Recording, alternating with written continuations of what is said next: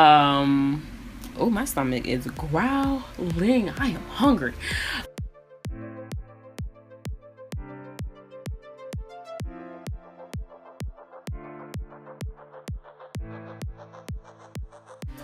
Well, there is a wrong way to get protective styles. But let's start off with what protective styles are and what they're designed to do so that you have more of an understanding of protective styling. A protective style is anything that protects your ends, protects your hair from the elements, protects your hair from manipulation. So we talked about how, retaining length is the name of the game in hair growth. So by protecting your ends, you're protecting your ends from breakage. Braids, for instance, protect your hair from manipulation and from like the elements. So getting your hair braided up is a good protective style. However, you have to make sure that they're not too tight, because you don't want that to lead to traction alopecia, which is where you've pulled so much and caused so much tension on the follicles of your hair that they no longer grow hair. So if you ever see people who have been getting braids and their hairline has started to kind of like pull back, that's traction alopecia. So their braids have been entirely too tight.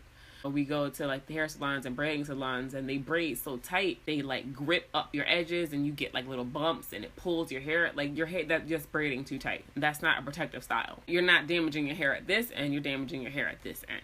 That's counterproductive. Weaves is a good protective style, but you have to make sure that you get them installed properly. Glue, no. You don't want to apply your weaves with the glue, especially directly on your hair. You're just asking for your hair to be ripped out. Again, you're not destroying it from this end, you're destroying it from this end. If you're not taking care of your hair underneath your weaves, underneath your wigs, the overall condition of your hair is going to be poor. So it's going to be dry, it's going to be brittle, it's going to be, nasty. Even though, you look good and your hair isn't, exposed to the elements, the condition of your hair isn't good anymore. So you have to take your hair out, wash it, deep condition it. You can't just slap something on top. You have to continue to take care of what's underneath underneath the wig, which is your actual hair. It's not just great that you look good, but the goal of it is healthy hair. I'd rather do a wig or braids than to sew it all up. It didn't work for me. I'm not that disciplined. For me, I'm an out of sight, out of mind person. If I don't see it, I'm not dealing with it. So not being able to, keep my actual hair in the forefront of my mind, it just was like, nah. So if that's not you, then you need to find another way to do your hair, maybe wigs, so that you can take it off at night and, moisturize your scalp and your braids and stuff, and then put it back on in the morning. But you have to do something to your hair. You can't just leave it in a wig or leave it in a weave and not take care of it and forget about it for weeks on end. You can do protective styles with your regular hair. One thing I always used to do is the crown braid, where, you just braid here and braid hair around, and then you pin the ends up. Buns are a good protective style because it keeps your ends tucked away. But then again, you don't want to pull it up too tight and wear it in the same spot every day, because the same thing is going to happen where you wear on the ends of your hair. So if you wear a bun up here, move it down here, move it over here, move it over here, so that you disperse the stress and give different pieces or different parts of your hair a chance to relax. So it was actually one of my protective styles when I was relaxed, because it kept my hair off my shoulders. So my hair was really only touching my other hair. It wasn't touching my shirt, it wasn't touching anything else. So although my hair was, down here, it got me past this shoulder hump because it was off my shoulders.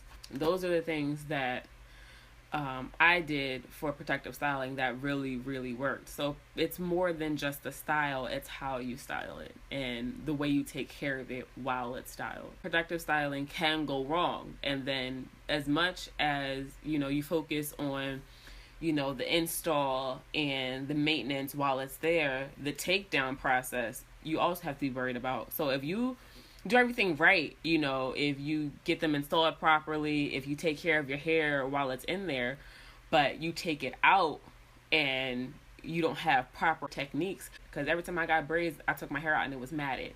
Because, like, you know how you think you detangle, but you get in the shower, you end up clumps in your hair. Like, that's just because you didn't fully take out all of the shedded hair. So you have to really make sure, and then if it's matted, then you get frustrated and you start ripping in.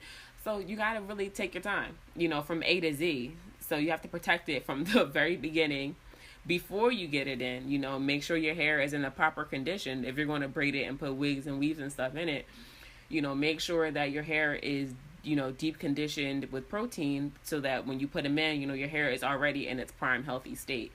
While it's in there, you know, make sure that you're still washing it, moisturizing it, and sealing it. While it's, when you take it out, make sure that you take it out properly, that you aren't just ripping out stuff and cutting stuff and destroying the hair that you just work so hard to preserve.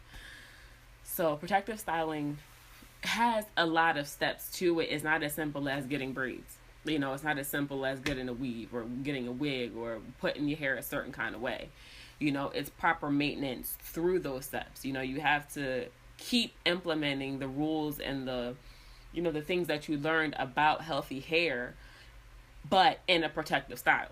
So it's not one or the other. It's a combination of everything. Protective styles can harm you if you don't know basic healthy hair care, you know, techniques. That's it. That's all we're going to talk about today. And this is it for the protective hairstyle video. I don't even know what number this is in the series. I will talk to you guys later in another video. Don't forget to follow me on Snapchat, Twitter, Tumblr, and Instagram. If you have any comments about protective styling, any questions, whatever, or you just want to say hi, stop by. I don't bite. Put them down in the comments below. Follow me everywhere and anywhere. I will give shout outs to new followers and such. You all have a lovely, lovely rest of the week, and I will see you all later.